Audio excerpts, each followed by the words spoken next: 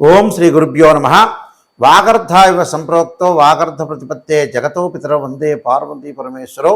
వ్యాసాయ విష్ణురూపాయ వ్యాసరూపాయ విష్ణవే నమో వై బ్రహ్మణిదే వాసిష్ఠాయ నమో నమ. గురు బ్రహ్మ గురు విష్ణు గురుదేవో మహేశ్వర గురు సాక్షాత్ పరబ్రహ్మ తస్మై శ్రీ గురవే నమ. ఓం శ్రీ మాత్రే నమ. మనకి శ్రీ క్రోధినామ సంవత్సరంలో ప్రస్తుత మాసం శ్రావణ మాసంలో గ్రహస్థితులు ఏ విధంగా ఉండబోతున్నాయి, ద్వాదశ రాశుల వాళ్ళకి ఏ విధంగా ఫలితాలు ఉండబోతున్నాయో ఒకసారి మనం చూస్తే, ప్రధానంగా ఆగస్టు 5వ తారీఖు నుంచి సెప్టెంబర్ 3వ తారీఖు వరకు కూడా శ్రావణ మాసం అనేది ఉంటుంది. మనకి చాంద్రమానాన్ని అనుసరించి శ్రవణ నక్షత్రం పౌర్ణమి రోజు ఉంటే అది శ్రావణ మాసమని, ప్రతి మాసాన్ని కూడా మనం క్యాలిక్యులేట్ చేసుకుంటాం. జ్యేష్ఠ మాసం పౌర్ణమి రోజు ఉంటే జ్యేష్ఠ మాసం అని, విశాఖ నక్షత్రం పౌర్ణమి రోజు ఉంటే అది వైశాఖ మాసం అని మనకి చాంద్రమానాన్ని అనుసరించి చెప్పబడింది. ముఖ్యంగా ఈ శ్రావణ మాసంలో ద్వాదశ రాశుల యొక్క ఫలితాలు ఏ విధంగా ఉండబోతున్నాయి, మరి ఒక్కొక్క రాశికి ఒక్కొక్క రకమైన ఫలితం అనేది ఉండబోతుంటుంది కదా. మరి ఈ శ్రావణ మాసంలో గ్రహస్థితులు ఏ విధంగా ఉండబోతున్నాయి? వృషభ రాశిలో గురుకుజుల యొక్క సంచారం, కర్కాటక సింహరాశుల్లో రవి యొక్క సంచారం,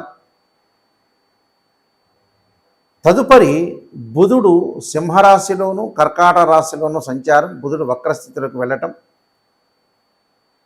శుక్రుడు బుధుడు కూడా సింహరాశిలో సంచారం చేయటం,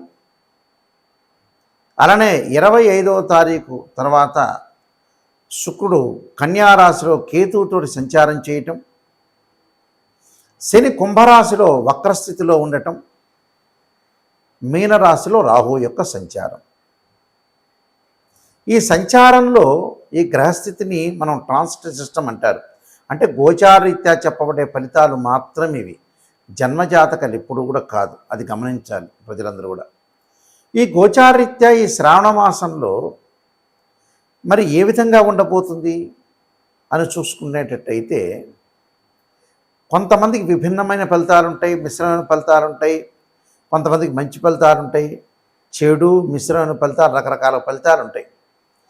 మనం చెడు ఫలితం రాగానే వెంబటే నెగిటివ్ ఎప్పుడు ఆలోచన చేయొద్దండి. ఆ చెడు ఫలితాన్ని మనం ఏదైతే ఉంటుందో ఆ నెగిటివ్ని మనం మార్చుకునే స్థితి అనేది చాలా ఇంపార్టెంట్. ఇందులో ఆ నెగిటివ్ని ఎప్పుడు కదా మార్చుకొని మనం పాజిటివ్గా వెళ్ళటం అనేది ఇందులో ప్రధానంగా ఉండే అంశం.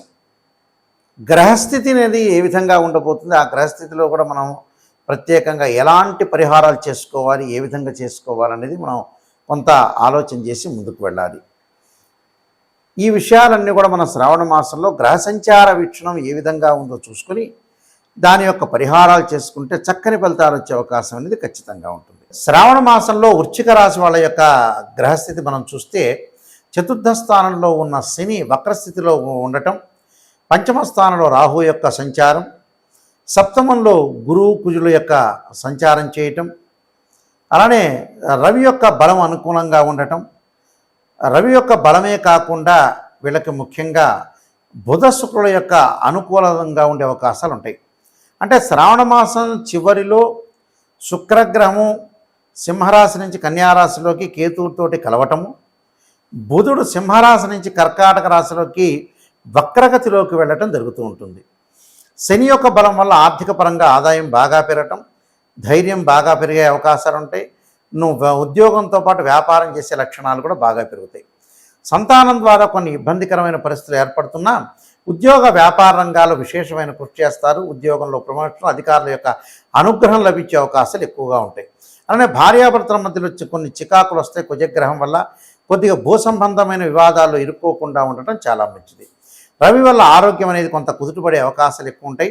శుక్రగ్రహం వల్ల వివాహ ప్రయత్నాలు సఫలీకృతం కావటం, వ్యాపార విస్తరణ జరగటం, నూతన వ్యాపారాల యొక్క ఆలోచన బాగా పెరగటం. కేతుగ్రహం వల్ల ధార్మిక కార్యక్రమాలతో పాటు తీర్థయాత్రలు, పుణ్యక్షేత్రాలు తిరిగే అవకాశాలు కూడా ఎక్కువగా ఉంటాయి. అయితే వృశ్చిక రాశి వాళ్ళకి వాళ్ళ యొక్క కులవృత్తి చేసే వాళ్ళకి కొద్దిగా ఆశాజనకంగా ఉన్న లాభాల బాటలోనే ఉంటారు. చదువు పట్ల విద్యార్థులకు ఆసక్తి బాగా పెరుగుతుంటుంది. మనం చేసే ప్రతి పనిలో కూడా అనుకూలంగా ఉండటం, చర్మ సమస్యలు రాగలిగే అవకాశాలు, జాయింట్ వ్యాపారంలో కూడా అనుకూలంగా ఉంటుంది, కానీ కొంత ఒత్తిడి పెరిగే అవకాశాలు ఉంటాయి. అలానే ప్రేమికులకు వివాదాలున్న శుభ కార్యక్రమాల మధ్యలో అనుకూలంగా ఉంటుంది. అంటే ప్రేమించుకున్న వాళ్ళందరూ కూడా వివాహాల్లో వాళ్ళు పెద్దలను ఒప్పించి వివాహాలు చేసుకునే అవకాశాలు ఎక్కువ ఉంటాయి. అలానే బాబాయ్ తోటి మేనత్తతోటి కొంత లబ్ధి పొందే అవకాశాలు ఉంటాయి. శరీరానికి స్వల్ప గాయాలు తగలకుండా చూసుకోవాలి. విదేశీ వ్యవహారాలు ఫలించే అవకాశాలు ఉంటాయి. విదేశాలకు వెళ్ళే అవకాశాలు కూడా బాగా ఎక్కువగా ఉంటాయి. అయితే ఈ మాసంలో ధనలాభము, ఆరోగ్యం, బంధుమిత్రులతోటి ఆనందం, రాజకీయ వ్యవహారాల్లో జయము, శరీర సౌఖ్యం కలిగే అవకాశాలు ఎక్కువ ఉంటాయి. 1వ వారంలో కొన్ని కష్టములు కలిగినా కొంత సంతానపరంగా కొంత ఇబ్బందులు కలిగే అవకాశాలు ఉంటాయి. కుటుంబంలో కలహాలు రాకుండా జాగ్రత్తగా ఉండండి మొదటి వారంలో. 2వ వారంలో రాజకీయ వ్యవహారాల్లో జయం కలిగే అవకాశాలు, బలము, కార్యంలో జయం కలిగే అవకాశాలు, అలానే ప్రతి పనిలో కూడా ముందుకు వెళ్ళే అవకాశాలు మెండుగా ఉంటాయి. 3వ వారంలో వాతరోగం విషయంలో కానీ, మనస్తాపం విషయంలో కానీ భయం కలగటము, స్థానచలనం జరిగే అవకాశాలు ఉంటాయి. అంటే కష్టాలని 3వ వారంలో కొంత ఎదుర్కోవాల్సిన పరిస్థితులు తప్పకుండా ఉంటాయి.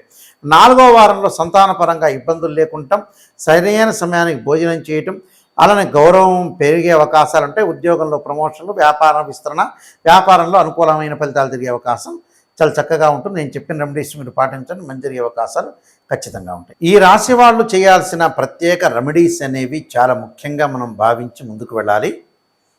దానిలో ప్రధానంగా వాళ్ళు చేయాల్సింది ఏమిటి అని అంటే, ఈ శ్రావణ మాసంలో మొదటి గురువారము, లాస్ట్ గురువారము గురు చరిత్ర పారాయణం చేయాలి.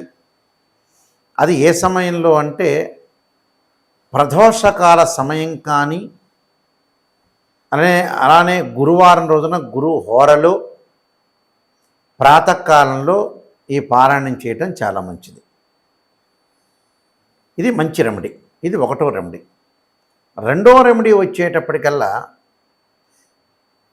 ధనం మరింత బాగా కలగాలంటే కుబేర మంత్రాన్ని చదవాలి. అది ఎప్పుడు చదవాలి? శుక్రవారం రోజు చదవండి.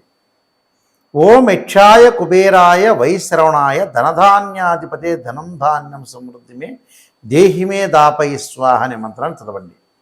అది ఎన్ని శుక్రవారాలు చదవాలి? ఇది కూడా మొదటి శుక్రవారం, లాస్ట్ శుక్రవారం రోజున నేను చెప్పిన కుబేర మంత్రాన్ని చదవాలి. శ్రీ జగద్గురు ఆదిశంకరాచార్య విరచితమైన శ్రీ కనకధారా స్తోత్రం సోమవారం రోజున చదవటం మంచిది. అది ఒక్క సోమవారం చదవండి, చాలా మంచిది. ఇది 3వ రెమెడీ. 4వ రెమెడీ వచ్చేటప్పటికల్లా మీరు చేయాల్సింది ఓం నమః శివాయ పంచాక్షరి చేయాలి. అంటే ఆ వారంలో ఎప్పుడైనా సరే శ్రావణ మాసంలో మనకు ఆగస్టు, సెప్టెంబరు మాసాలు కలిపి శ్రావణ మాసం అవుతుంది కాబట్టి ఈ శ్రావణ మాసంలో ఓం నమః శివాయ పంచాక్షరి అనేది మీరు వీలున్నప్పుడల్లా 21 సార్లు, 27 సార్లు, 54, 108 సార్లు ఓం నమః శివాయ పంచాక్షరి అనేది ఖచ్చితంగా చేయండి. ఆరోగ్య స్థితిగతులు కొద్దిగా బాగలేని వాళ్ళు, శరీరే జర్జరీభూతే వ్యాధిగ్రస్తే కళేబరి ఔషధం జాహ్నవీతోయం వైద్యో నారాయణ హరి మంత్రాన్ని చాలా చక్కగా చదవండి. విద్యార్థులు దక్షిణామూర్తి శ్లోకాన్ని పఠించండి. దానితో పాటు నేను చెప్పిన, అంటే ఇది ఎప్పుడు పఠించాలి? గురువారం రోజున పఠించడం చాలా మంచిది. అంటే ఈ రెమెడీస్ అందరూ కూడా చేసుకుంటే మంచి ఫలితాలు జరిగే అవకాశాలు ఉంటాయి. ఏమీ ఆందోళన చెందొద్దండి, ప్రశాంతంగా ఉందండి. చంచల బుద్ధి, మనస్తత్వం మారుతూ ఉంటుంటే వీళ్ళు చేయాల్సింది ఏంటంటే ముఖ్యంగా క్షీరపుత్రాయ విద్య అమృతతత్వాయ ధీమే తన్నో చంద్ర ప్రచోదయాత్ అని చంద్ర గాయత్రి మంత్రాన్ని సోమవారం చదవండి. ఈ మంత్రాలు మీరు వీలున్న సమయంలో చదువుతూ ఉండండి. నేను చెప్పిన వారాల్లో చదివితే ఖచ్చితంగా అన్ని మంచి ఫలితాలు జరిగే అవకాశాలు ఖచ్చితంగా ఉంటాయి. కాబట్టి మీరందరికీ కూడా మంచి జరగాలని ఆశిస్తూ సర్వే జనా సుఖినో భవంతు.